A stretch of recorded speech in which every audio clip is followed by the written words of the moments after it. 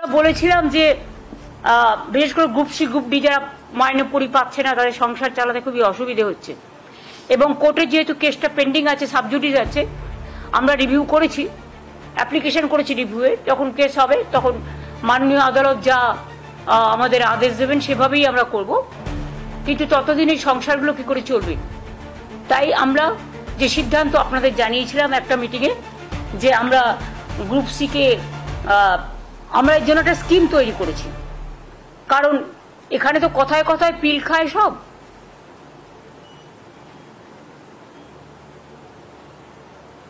পিল খেয়ে মানুষকে কিল দেয় বাংলায় ওয়ার্ড আমি ইংরেজি ওয়ার্ড বলছি না খেতে দেবার ক্ষমতা নেই কিল মারার গোসাই প্রবাদ কাজে গ্রুপ সি ও ডি দের জন্য বেতন অনিবার্য পরিস্থিতিতে কোর্টের অর্ডার অনুযায়ী বন্ধ হয়ে যাওয়ায় তাদের সংসারগুলো অনেক প্রবলেমের মধ্যে আছে তাই আজকে রাজ্য মন্ত্রিসভার অনুমতিক্রমে ওয়েস্ট বেঙ্গল লেবার ডিপার্টমেন্টের আন্ডারে West Bengal livelihood and social security interim স্কিমের নামে একটি স্কিম আমরা তৈরি করেছি এর মাধ্যমে সিদ্ধান্ত হলো যে ওই গ্রুপ সি ও ডি কর্মচারীদের 1 এপ্রিল থেকে 2025 1 এপ্রিল থেকে মাসে যতক্ষণ পর্যন্ত কোনো সিদ্ধান্ত না হচ্ছে যথাক্রমে গ্রুপ সি 25,000 এবং গ্রুপ ডি 20,000 টাকা করে অনুদান দেওয়া হবে ক্লিয়ার হয়েছে ওরা এপ্রিল থেকে মনে হয় মাইনেটা পাচ্ছিল না আমরা 1 এপ্রিল থেকে তার মানে ওরা এখন মের মাইনেটা পেয়ে যাবে এখন টাকাটা এটা আজকে যেহেতু ক্যাবিনেট হয়ে গেল টাকাটা দেওয়া শুরু হবে কেউ কেউ হয়তো বলবে দরকার নেই এটা তার একান্ত স্বাধীনতা স্বাধীন মতামত এ ব্যাপারে আমাদের কিছু বলার নেই বাট আমরা ভেবেছি এবং ভেবে আজকে এই সিদ্ধান্তটা পলিসি করে নেওয়া হয়েছে এর আগেও আপনারা জানেন যে সিএস যখন তাদের মিট করছিল তখন আমি বলেছিলাম সেটাকে আজকে থেকে কার্যকরী করা হলো এই পর্যন্ত আমার বলা ছিল আর আমি এর মধ্যে একবার নেক্সট উইকে উত্তরবঙ্গ যাব সফরে আপনারা কিন্তু স্বপন দিয়ে উল্টোপাল্টা এখন কেউ লেখার চেষ্টা করবেন না তার কারণ হচ্ছে আমাদের কিছু প্রোগ্রাম রেডি হয়েও আছে আর তাছাড়া উত্তরবঙ্গে মাঝে মাঝে আমাকে জেলাগুলোকে মিট করতে হয় কথা বলতে হয় সেই জন্য মাঝে আমি মুর্শিদাবাদ মালদা গেছিলাম কিছুদিন আগে মুর্শিদাবাদে গেছিলাম আমি তাই নেক্সট উইকে আমার সাথে চিফ সেক্রেটারিও যাবে আমরা উত্তরবঙ্গে 3টে প্রোগ্রাম নিয়ে যাব মেনলি একটা হচ্ছে চেম্বার্স বা ইন্ডাস্ট্রি যারা আছে একটা সিনার্জিক প্রোগ্রাম হবে 20 তারিখে 20 তারিখ বেলা 4টে 19 তারিখে সরি সোমবার আর 20 তারিখে আমাদের প্রোগ্রাম হবে পাবলিক ডিস্ট্রিবিউশন প্রোগ্রাম বানারহাটে হলে সবচেয়ে ভালো হতো আলিপুরদুয়ার আর জলপাইগুড়ির মাঝখানে হতো কিন্তু যেহেতু এখন বর্ষার দিন এখন আপনি হেলিকপ্টার ইউজ করতেও পারবেন না কারণ যে কোনো সময় ঝড় জল টর্নেডোগুলো হয় এই পরিস্থিতিতে তাই আমরা আগে অনেকবার আমরা ওইসব জায়গায় প্রোগ্রাম করেছি কিন্তু আমরা ওদলাবাড়িতে কখনো করিনি তাই বানারহাট থেকে ওদলাবাড়িটা খুব কাছে হবে আলিপুরদুয়ার জেলা থেকে এবং ওদলাবাড়িতেও জলপাইগুড়ি জেলার মধ্যেই পড়ছে পাবলিক ডিস্ট্রিবিউশন একটা প্রোগ্রাম করবো 20 তারিখে আর 21 তারিখে আমরা একটা নর্থ বেঙ্গলে উত্তরকন্যায় আমরা একটা বিশেষ করে উত্তরবঙ্গের 6টা জেলা নিয়ে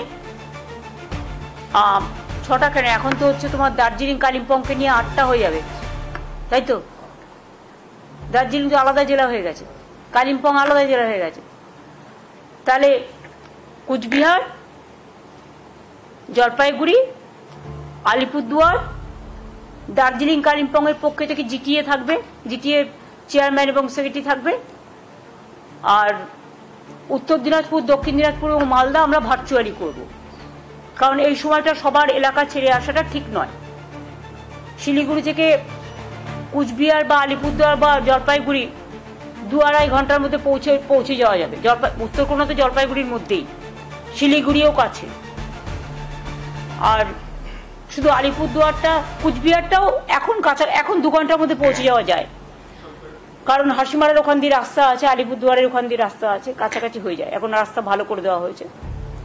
আর আলিপুরদুয়ার তো ন্যাচারালি ওখান থেকে খুব একটা বেশি দূর পড়ে না, কাজেই ওখানকার যারা রিপ্রেজেন্টেটিভ তাদের জানানো হবে। এটা অ্যাডমিনিস্ট্রেটিভ রিভিউ মিটিং মাঝে মাঝে আমরা করি, তাই এটা হবে। কাজে 3 দিনের প্রোগ্রাম আপনাদের আমি বললাম, 22 তারিখে আমরা ফিরে আসবো, কারণ আমার এখানে কাজ আছে। এই পর্যন্ত। বাদ বাকি ন্যাচারালি আপনারা অনেকেই বলছেন আমফানের মতো সাইক্লোন হতে পারে, এটা হতে পারে, ওটা হতে পারে, বাট সবটাই ঠিক নয়। আবার প্রাকৃতিক দুর্যোগ তো আমাদের হাতেও নেই, কাজেই সব জায়গাটাই নজর রাখতে হয়। তাছাড়াও আমাদের কালকে একজনকে বর্ডার থেকে তুলে নিয়ে যাওয়া হয়েছে।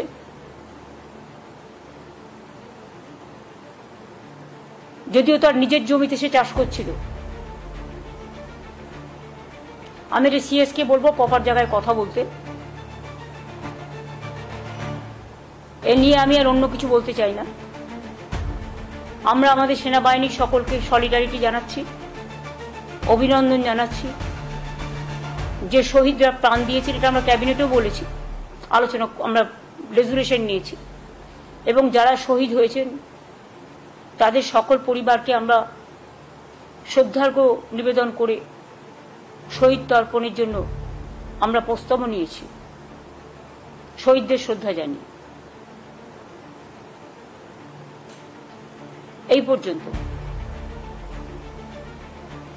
যুদ্ধ নিয়ে কোনো কোশ্চেন করবেন না, অন্য কিছু করুন, বলুন। दीदी, बीएसएफ का जो जवान है बंगाल के हुगली डिस्ट्रिक्ट से, वो वापस आए हैं पाकिस्तान की कस्टडी से। आपने भी काफी बार बात की थी उनके परिवार वालों के साथ, क्या कहेंगे इस पर? देखिए, पूनम साहू जो हमारा बीएसएफ का जवान है, उसको बॉर्डर से ले गया था पाकिस्तान ने, जब हमारा ये पहलगांव का बाद जो शुरू हुआ था। तो उसको बीबी का साथ, रजनी का साथ मेरे को 3-4 दफे बात हुआ, और हम लोग भी हमारा ओर से बहुत सारे कोशिश किया है। हमारा डीजी पुलिस भी और बीएसएफ का डीजी का साथ कंटिन्यूअस हम लोग टच में थे। तो मैंने परसों उनको बता दिया था, रजनी को, कि आपका हस्बैंड तबीयत ठीक है, अच्छा है, सुस्त है, लेकिन उसको जो मॉडलिटीज ऑफ ऑपरेंडी जो करना है रिलीज करने के लिए, उसको लिए थोड़ा टाइम वो लोग मांगा है। और परसों जो मीटिंग था, वो मीटिंग में ही मैं ये बात को रखने के लिए रिक्वेस्ट किया था। तो वो लोगों ने बात भी किया, और कल भी वो लोगों को बात हुआ। इसको ऑपरेंडी क्या होगा, इसके लिए तो प्रोसेस होता ही है, इसको तो टाइम देना चाहिए। तो आज सुबह में रिलीज हो गया, मैंने बहुत खुश हूँ, उसका परिवार भी खुश है, देशवास भी खुश है। हमारा और भी अगर कोई रहे वो भी वापस आए, हम चाहते हैं। जब ऐसा कुछ होता है तो इसमें इसका सिस्टम ही है, वापस देते हैं, वापस लेते हैं।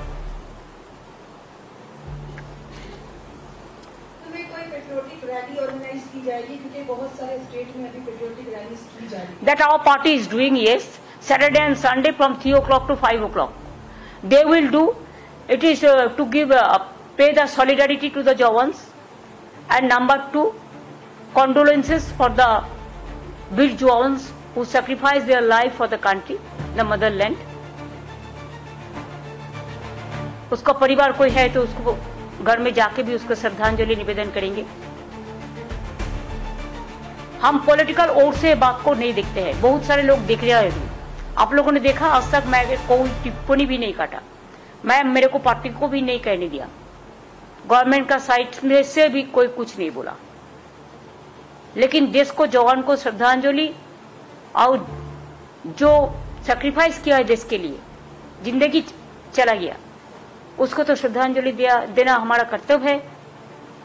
शहीद वीरদের সম্মান জানিয়ে এবং সেনাবাহিনী যারা লড়াই করেছেন, সেনাবাহিনীকে সম্মান জানিয়ে আমাদের দলের পক্ষ থেকে 3টে থেকে 5টা পর্যন্ত শনিবার এবং রবিবার সব ব্লকে, কলকাতার প্রত্যেকটা ওয়ার্ড সহ, আরবান এরিয়ার সব ওয়ার্ড সহ, গ্রামাঞ্চল সহ সব জায়গাতেই সম্মান জানানো হবে।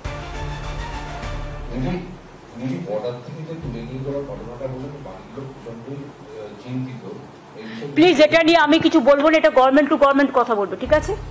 এটা মধ্যে আপনারা ঢুকতে যাবেন না। দেয়ার আর সাম প্রোটোকল, দেয়ার আর সাম ডিপ্লোম্যাটিক ইস্যু।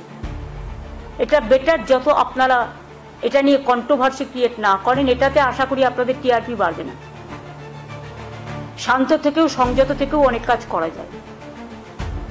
আমাদের কাজ হচ্ছে কি করে আমরা তাকে ফিরিয়ে আনতে পারি।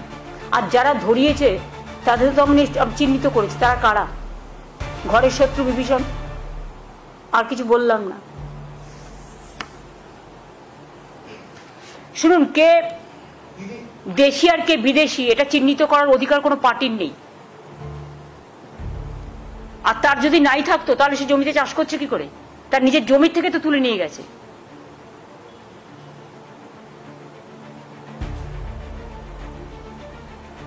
আর তুলে দিয়েছে কারা? খোঁজ নিন ভালো করে, তাহলে দেখবেন টিআরপিটা বাড়বে, যদি সত্যি কথা বলে। হ্যাঁ ঠিক আছে, বলুন।